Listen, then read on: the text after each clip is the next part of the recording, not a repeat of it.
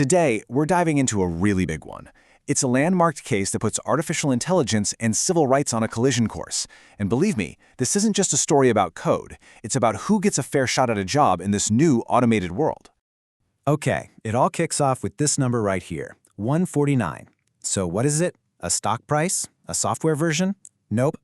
This number represents a person, a real person hitting an invisible wall, again and again and again. Because 149, that's how many times one highly qualified applicant got rejected for a job by a machine. We're talking almost instant rejections for roles he was absolutely qualified for. And that right there is the heart of this whole thing. What happens when all your experience, all your skills, your entire resume is just deleted by an algorithm before a single human ever even sees your name? So let's get into it. This is the story of a professional who went up against a system that was built for efficiency, but, as it turns out, was also really good at excluding people. So meet Arshan Harper. He's an IT pro from Detroit with more than a decade of experience under his belt. He saw all these jobs at SiriusXM, 150 of them, and applied. And the system, it just automatically rejected him from all but one. Now, here's the kicker. He filed the class action lawsuit himself. No lawyer. He just went for it. And in doing so, he put a huge spotlight on this massive, hidden problem in corporate AI. So you gotta be asking, how does something like this even happen, right? How does a tool that's just supposed to make hiring easier become what the lawsuit calls a digital gatekeeper, effectively locking the door on entire groups of people? Well, the answer comes down to this really important concept called proxy bias. See, the AI isn't programmed with the instruction, be racist. Of course not. It's just programmed to find patterns. But to do that, it uses data that seems totally neutral, like, say, your zip code, that just so happens to be a really strong stand-in or a proxy for something like race. And think about it. In a city like Detroit, with a long history of residential segregation, a zip code is never just a zip code. To an AI, that number becomes a super powerful and legally incredibly dangerous proxy for race. The machine learns a pattern, and suddenly it's filtering out qualified people from certain neighborhoods without ever having to look at their actual skills. And this is where you see this huge disconnect. Companies buy these AI systems, promising speed and savings.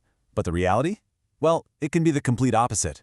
You end up systematically excluding amazing talent, opening yourself up to gigantic lawsuits, and literally coding discrimination right into your hiring process. The bigger picture here is actually pretty terrifying. We're creating this totally new kind of barrier. We're making experienced, qualified professionals completely invisible to the job market, all because their data doesn't fit some biased, pre-chewed pattern. They're becoming part of an algorithmically invisible underclass. But hold on, because this is not just an American problem. Oh no, the very same bias tech that's cooked up in Silicon Valley is being sold and exported all over the world. And the consequences for emerging economies? They're devastating. I mean, just look at this number. The AI market is expected to be worth almost $5 trillion. That's a global market. And when the technology that's driving that market has these hidden biases baked in, well, you're not just exporting software, you're exporting inequality on a global scale. In fact, the source materials for this story call it exactly what it is, the next frontier of digital colonialism. And that really reframes the whole issue, doesn't it? This isn't just some tech bug. It's a modern form of economic control, where models built in one country get to decide who's considered valuable talent across the entire planet. And here's where it gets really specific. You take an AI that was trained on US zip codes and American universities. What good is that for judging talent in, say, Lagos or Mumbai or Sao Paulo? It's useless. It systematically undervalues amazing local talent, creating what's being called a global talent wastage crisis. Think about that. We have qualified people all over the world being completely ignored because they just don't fit into a foreign digital box. And with 40% of all jobs worldwide expected to be touched by this stuff, this is a huge deal. But okay, there is some good news. The Wild West era of just plugging in these AI tools and hoping for the best, well, it's coming to an end. Regulators are finally waking up, and a whole wave of new laws is about to force companies to actually take some responsibility. And you can just see it happening. Look at this timeline. It's boom, boom, boom. California, then Texas, then Colorado. States are moving fast to put serious regulations in place. A whole new legal framework is being built as we speak, and companies better start paying attention. And here's the bottom line. The absolute key lesson for any organization watching this right now. You can buy the software, but you can't buy a get-out-of-jail-free card. You can't outsource your legal responsibility. When that AI messes up and discriminates, the buck stops with you, the employer, not the tech company that sold you the tool. So what do you actually do about it? It really boils down to 4 key things. First, you have to audit your vendors. Don't just believe the slick marketing brochure. Demand to see proof of bias testing. Second, mandate human oversight. You need a real, qualified person who has the power to override the AI, no questions asked.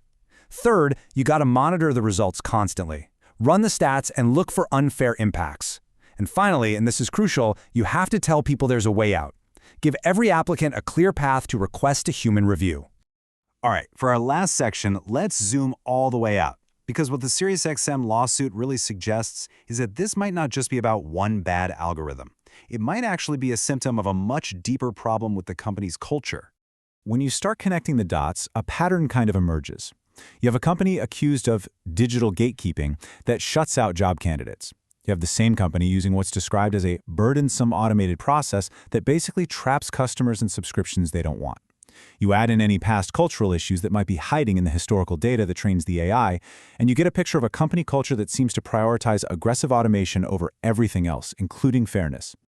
And this quote from the source material just nails it. The failure here wasn't really the AI. It was the complete and total breakdown of human oversight. It was the failure to have a person in the loop who could question the machine, correct the machine, and ultimately override the machine. Technology without real accountability is just a recipe for disaster. Which leaves us with this final, massive question.